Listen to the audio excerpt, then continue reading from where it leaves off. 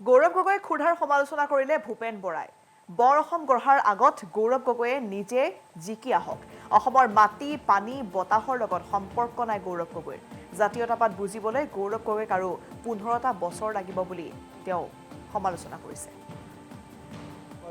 প্ৰথম কথা, গৌৰৱ গগৈ যোৰহাটৰ পৰা জিকিব পাৰিব নোৱাৰে, কাৰণ 24 চনত গৌৰৱ গগৈ 1.5 লাখ ভোটত যোৰহাটত পাৰ্লিয়ামেণ্ট জিকিছিলে। পঞ্চায়ত নিৰ্বাচনত গোটেই অসমত কংগ্ৰেছ হৰাৰ কাৰণে মোক স্কেপগট বনালে যে ভূপেন বৰাৰ কাৰণে হাৰিছে। কিন্তু গোটেই অসমৰ মানুহে জানে যে পঞ্চায়ত নিৰ্বাচনত মুখ্যমন্ত্ৰী ডাঙৰীয়াই যিটো বিশেষ ইছ্যু আনিছিলে সেইটো আছিলে পেহেলগাম কাণ্ডত পাকিস্তানৰ বিৰুদ্ধে প্ৰতিশোধ ল'ব লাগে আৰু অসমত এজন পাকিস্তানী এজেণ্ট আছে। সেইটোৱে আছিলে বিজেপি দলৰ আৰু সেই সময়ত পঞ্চায়ত নিৰ্বাচনত মুখ্যমন্ত্ৰী ডাঙৰীয়াৰ বক্তব্য। তাৰপাছত যোৰহাটত এখনো পঞ্চায়তত কংগ্ৰেছ জিকিব নোৱাৰিলে। এতিয়া তাত গোটেই দলৰ যিটো সাংগঠনিক ব্যৱস্থা পঞ্চায়ত নিৰ্বাচনৰ পাছত তছনছ হৈ গ'ল।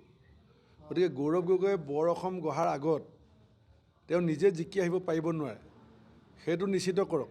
দ্বিতীয়তে, মই জানো যে গৌৰৱ গগৈ দিল্লীত ডাঙৰ দীঘল হৈছে, দিল্লীত থাকি ভাল পায়, 29 চনলৈকে MP আছে। গতিকে এতিয়া যোৰহাটৰ মানুহে গৌৰৱ গগৈক জিকায় এতিয়া শাসনাধীন বিজেপি কেন্দ্ৰীয় চৰকাৰ আৰু বিজেপি ৰাজ্য চৰকাৰখনৰ লগত কেতিয়াও শত্ৰুতা কৰি নলয়, প্ৰথম কথা। দ্বিতীয় কথা, কিবা কাৰণত যদি এক্সিডেণ্টেলি গৌৰৱ গগৈক যোৰহাটৰ মানুহে জিকায়ো, গৌৰৱ গগৈয়ে পদত্যাগ কৰি উপদলপতি হ'বলৈ যাব, কাৰণ অসমৰ মাটি, পানী, বতাহৰ লগত সংপৃক্ত সম্বন্ধ নথকা গৌৰৱ গগৈ অসম বিধানসভাত কংগ্ৰেছ দলক কি প্ৰতিনিধিত্ব কৰিব সেইটো অসমৰ ৰাইজে ইতিমধ্যে দেখিছে। জুবিন গাৰ্গক জুবিন গৰ্গ বুলি কয়, ৰৈ ৰৈ বিনালেক ৰৈ ৰৈ বিনালৈ বুলি কয় আপুনি। গতিকে তেওঁৰ যিটো অসমীয়াত্ব, সেই অসমীয়াত্ব আৰু যিটো জাতীয়তাবাদ সেইটোক তেওঁ বুজিবলৈ আৰু 15-20 বছৰ সময় লাগিব। গতিকে তেওঁ যোৰহাটৰ মানুহে ইতিমধ্যে চিনাক্ত কৰিছে। যোৱা 24 চনৰ পাছত যোৰহাটৰ মানুহে যিটো আদৰ সাদৰ কৰি তেওঁক জিকাইছিলে তাৰ বিনিময়ত যোৰহাটৰ মানুহক তেওঁ কি দিলে? টেলিফোন নধৰে, কথা নাপাতে, মানুহক লগ নকৰে, ঘৰত আহিলে মানুহক বহিবলৈ চকী এখন নাই। গৌৰৱ গগৈ ক্ষুধাৰ সমালোচনা কৰিলে ভূপেন বৰাই। বৰ অসম গঢ়াৰ আগত গৌৰৱ গগৈয়ে নিজে জিকি আহক। অসমৰ মাটি, পানী, বতাহৰ লগত সম্পৰ্ক নাই গৌৰৱ গগৈৰ। জাতীয়তাবাদ বুজিবলৈ গৌৰৱ গগৈক আৰু 15টা বছৰ লাগিব বুলি তেওঁ সমালোচনা কৰিছে। প্ৰথম কথা, গৌৰৱ গগৈ যোৰহাটৰ পৰা জিকিব পাৰিব নোৱাৰে, কাৰণ 24 চনত গৌৰৱ গগৈ 1.5 লাখ ভোটত যোৰহাটত পাৰ্লিয়ামেণ্ট জিকিছিলে। পঞ্চায়ত নিৰ্বাচনত গোটেই অসমত কংগ্ৰেছ হৰাৰ কাৰণে মোক স্কেপগট বনালে যে ভূপেন বৰাৰ কাৰণে হাৰিছে। কিন্তু গোটেই অসমৰ মানুহে জানে যে পঞ্চায়ত নিৰ্বাচনত মুখ্যমন্ত্ৰী ডাঙৰীয়াই যিটো বিশেষ ইছ্যু আনিছিলে সেইটো আছিলে পেহেলগাম কাণ্ডত পাকিস্তানৰ বিৰুদ্ধে প্ৰতিশোধ ল'ব লাগে আৰু অসমত এজন পাকিস্তানী এজেণ্ট আছে। সেইটোৱে আছিলে বিজেপি দলৰ আৰু সেই সময়ত পঞ্চায়ত নিৰ্বাচনত মুখ্যমন্ত্ৰী ডাঙৰীয়াৰ বক্তব্য। তাৰপাছত যোৰহাটত এখনো পঞ্চায়তত কংগ্ৰেছ জিকিব নোৱাৰিলে।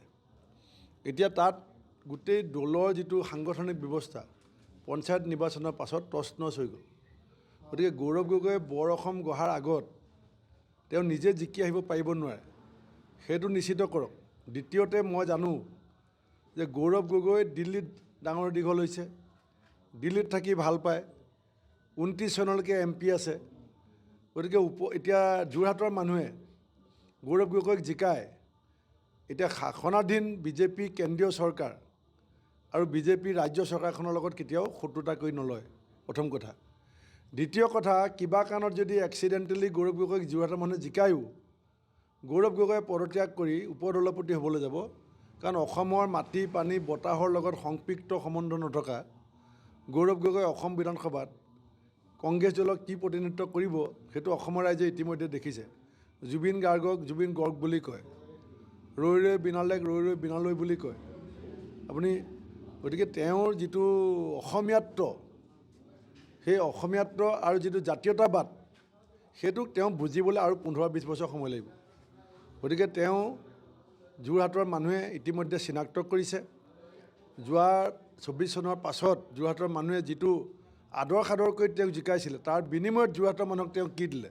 টেলিফোন নধৰে, কথা নাপাতে, মানুহক লগ নকৰে, ঘৰত আহিলে মানুহক বহিবলৈ চকী এখন নাই।